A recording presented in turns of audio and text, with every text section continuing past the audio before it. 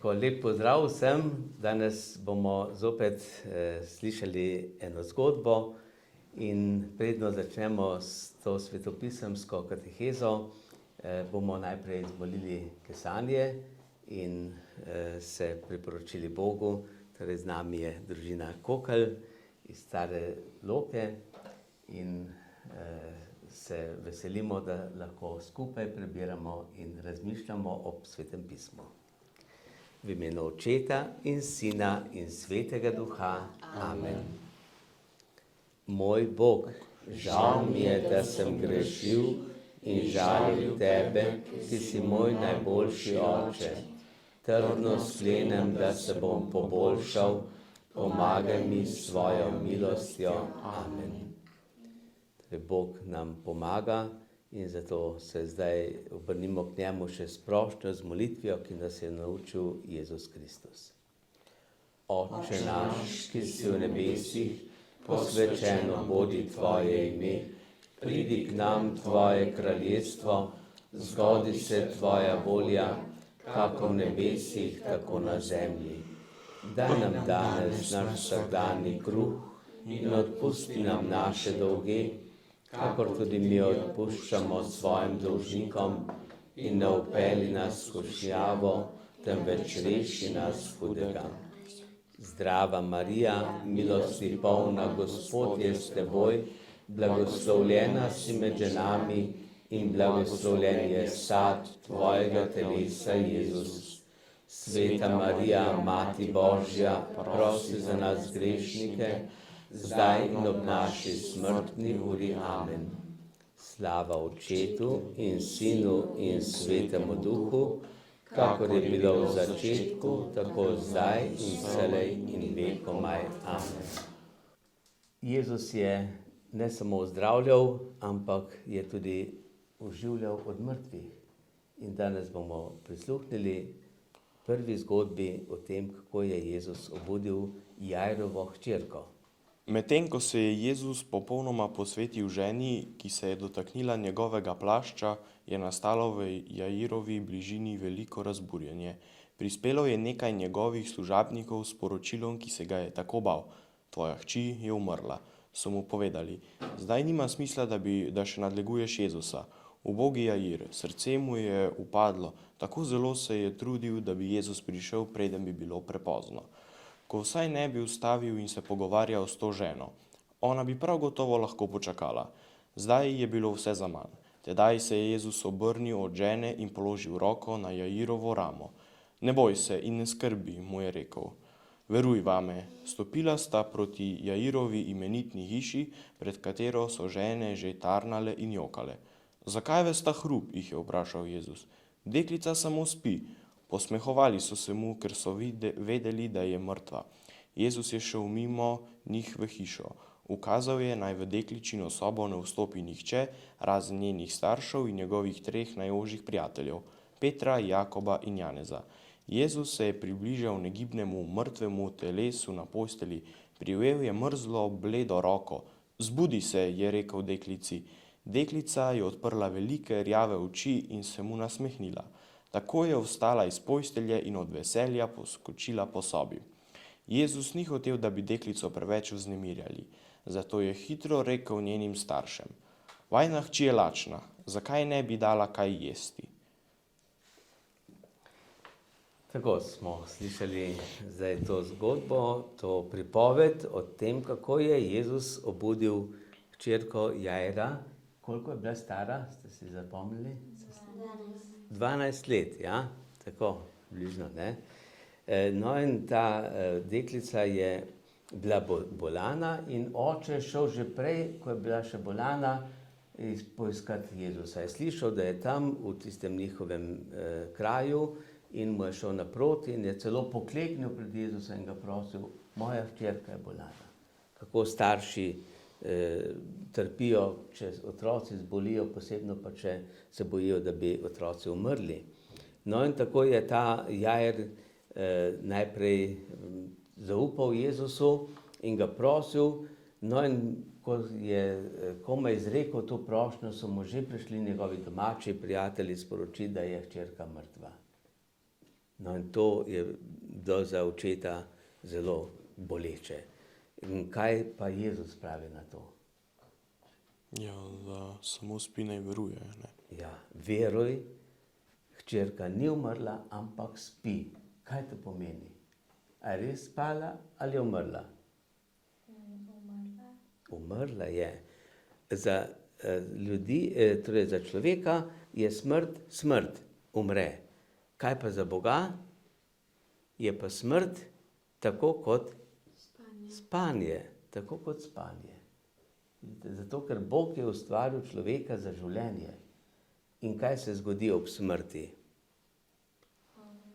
Ja, začnemo novo življenje. Pač. Ja, ob smrti se loči duša od telesa. Duša se loči od telesa. Duša zapusti telo in se vrne tja, odkod je prišla. Odkod pa pride duša? Od Boga. Ne? In se vrača k Bogu. Kaj pa telo? Telo je pa iz zemlje in se vrača v zemljo. Prah si in prah se povrneš. Ne? Zemlja si in vrneš se v zemljo. No in ta čas med torej smrtjo in pogrebom je ponavadi 2 dni, 3 dni, včasih pa še več. No in zdaj tukaj pa imamo ta primer, torej Jezus je šel potem, ko je rekel Jairu, ne boj se, tvoja hči samo spi, in je šel k njim domov, ker to ni bilo tam blizu, ampak je bilo kar nekaj še zaiti do te hiše, kjer je Jair stanoval. No in tam so bili zbrani domači, sosedje, prijatelji in kaj so delali? Jokali, ne? Ob smrti vsakega človeka so nekateri žalostni, posebej pa še ob smrti otroka. Ne? To so mnogi zelo žalostni. In Jezus spet tam ljudi pomiri in pravi, ne jokajte. Zakaj pa jokate? No, zakaj? Ja, so se mu čudili, kaj se veš, da kdo pa ne joka, ne? A ne bi smeli jokati? Seveda, ampak Jezus je še enkrat rekel, deklica ni umrla, ampak spi. In zdaj so se mu pa tile posmehovali. Kaj bo pa, kdo pa je to? Kdo pa si ti, da boš ti bolj vedel, ki te ni bilo zraven kot pa mi, ki smo jo videli in smo jo že, ne, in je bila že deklica že nekaj časa mrtva.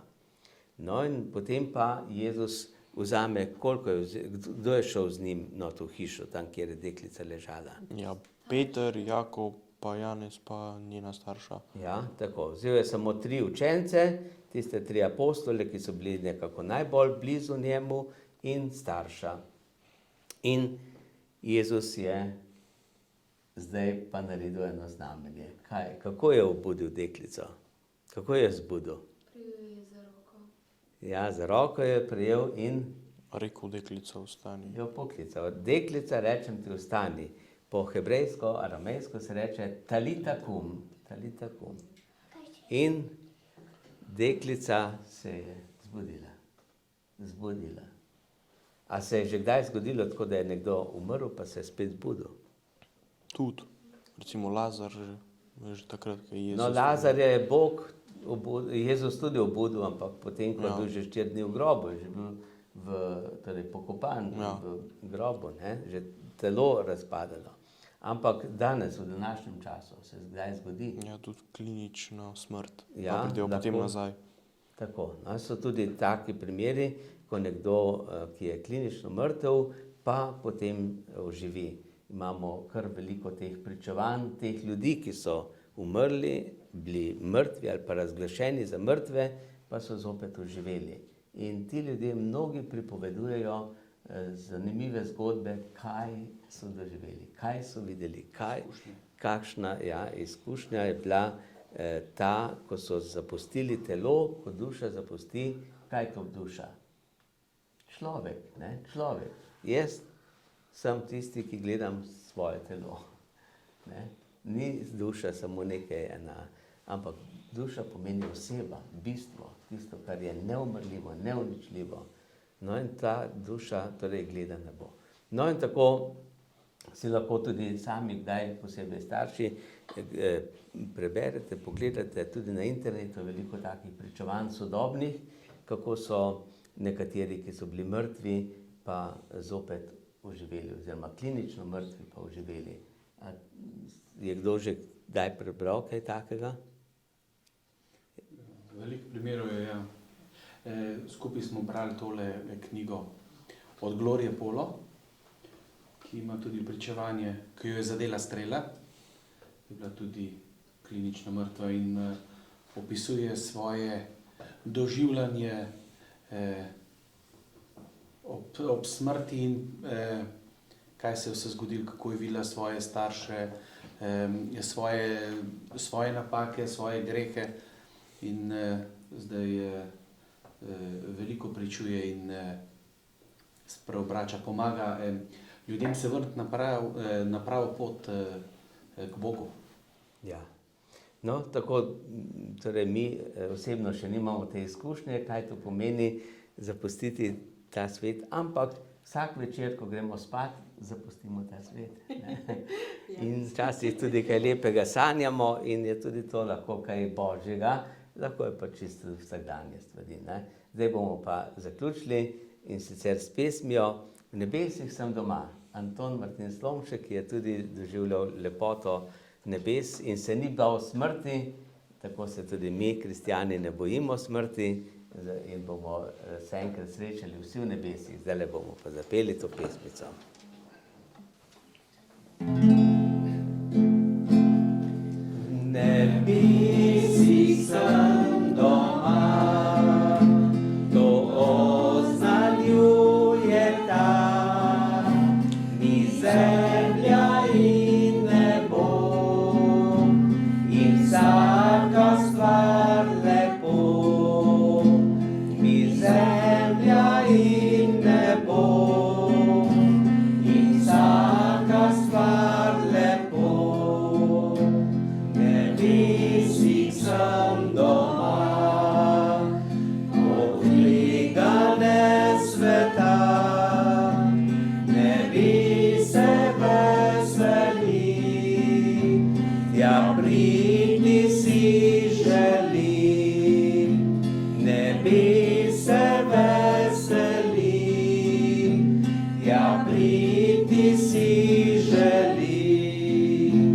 V nebesih sem doma, kjer družba angelska se večno veseli, si mene tja želi, se večno veseli, si mene tja želi.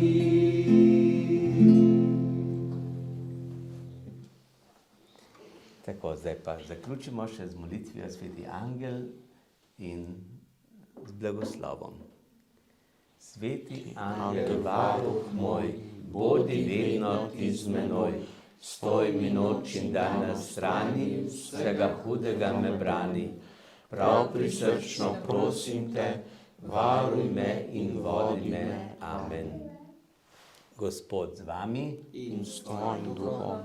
Blagoslov vsemogočnega Boga, Očeta, Sina in Svetega Duha naj pride nad vas in naj vedno med vami ostane. Amen. Tako vsem lep pozdrav in se zopet kmalu srečamo.